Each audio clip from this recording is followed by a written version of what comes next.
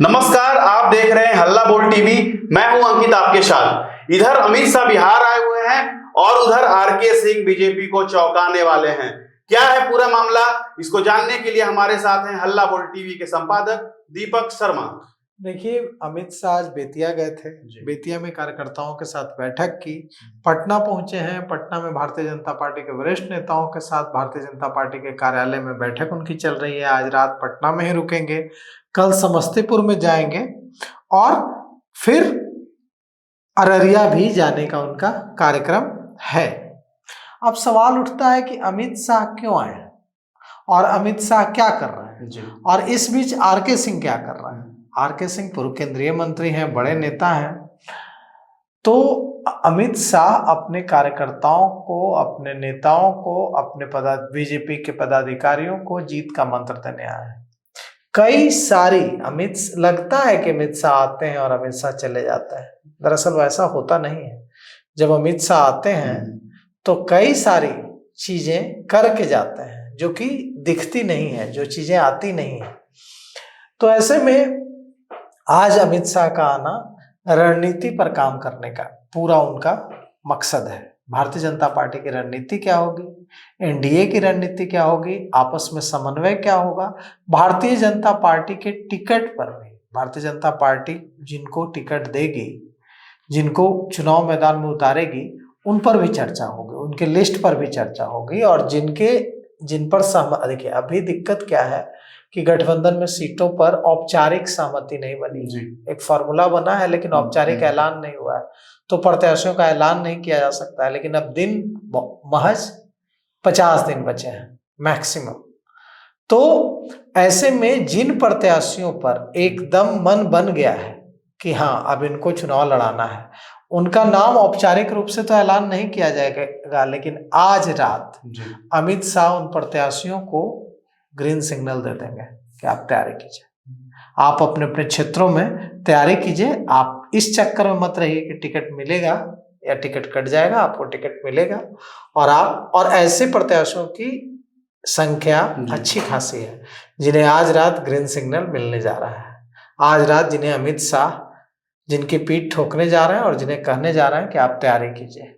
तो ऐसे में अब देखना यह होगा कि यह पूरा जो मामला है वह आज कितनी सीटों पर ग्रीन सिग्नल देते हैं, वो यह भी कल तक आ जाएगी। लेकिन इतनी बात तो जरूर पता चली है कि आज कई सीटों के प्रत्याशियों को, जो भारतीय जनता पार्टी में जिनकी लॉबिंग चल रही है, उनको आज अमित शाह का ग्रीन सिग्नल मिलने वाला है। आज रात तैयारी में जुट जाइए आज कि हाँ, अब आप टिकट की चिंता छोड़ के अपने क्षेत्र में तैयारी पर फोकस कीजिए। पटना आना बंद कर दीजिए, पटना आना बंद कर दीजिए। आपको पटना में दिखना नहीं है।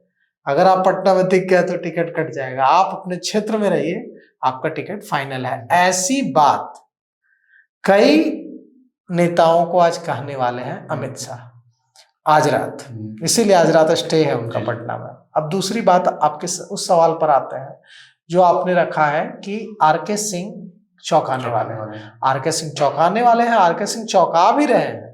आरके सिंह ने जिस तरह से सम्राट चौधरी पर जो प्रशांत किशोर ने आरोप लगाए थे, उन पर सवाल खड़े किए हैं। वो मुद्दा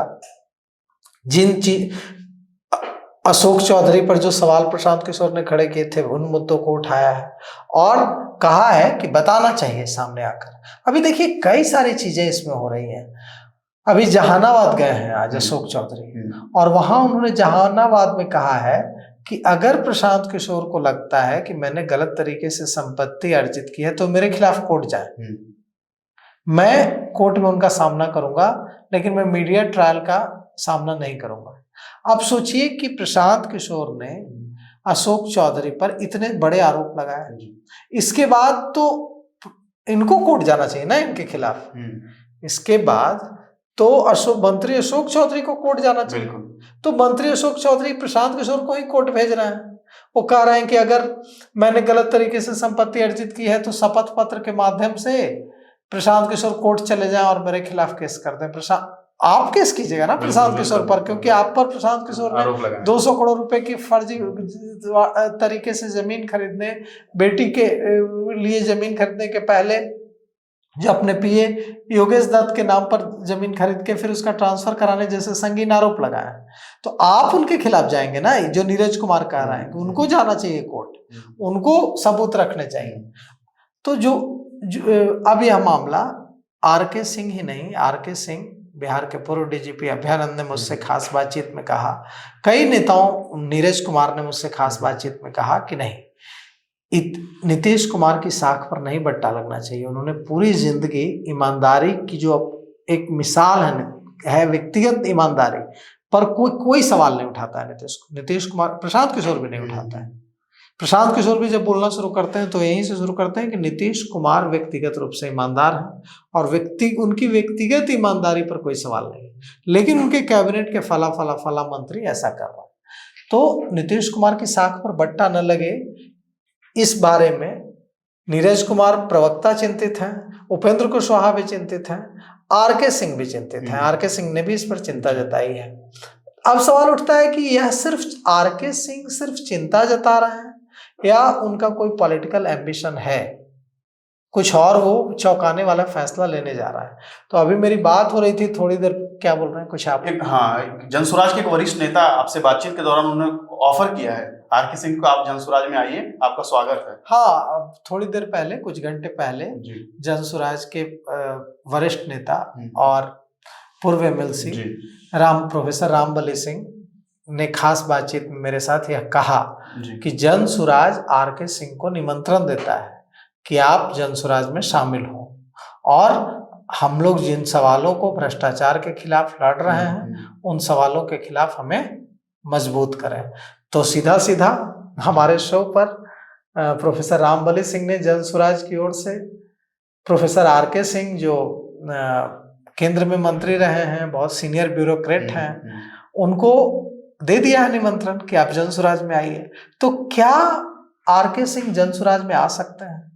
यहाँ पर सवाल ये है कि क्या आ सकते हैं जनसुराज में वे।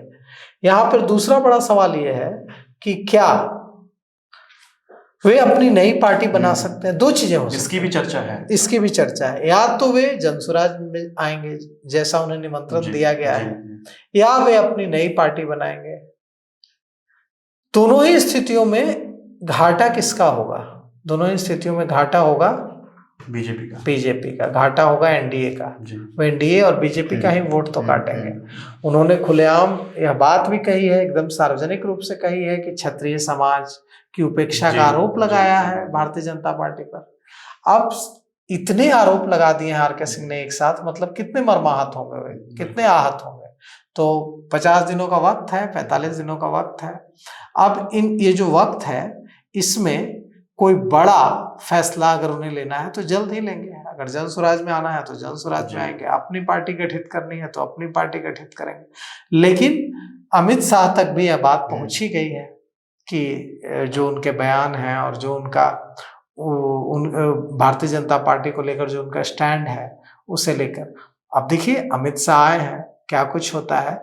लेकिन आरके सिंह ने जो मैसेज दिया है वो मैसेज एकदम साफ है कि उन्होंने मन बना लिया है कि अब भारतीय जनता पार्टी में भारतीय जनता पार्टी से उनका कोई मोह नहीं रहा है। अब वो कोई बड़ा फैसला ले सकता है। अब देखना दिलचस्प होगा कि आरके सिंह जनसुराज में शामिल होते हैं या अपनी नई पार्टी बनाते हैं। आगे की खबरों के लिए बने रहें हल्ला बोल टीवी के साथ। शुक्रिया।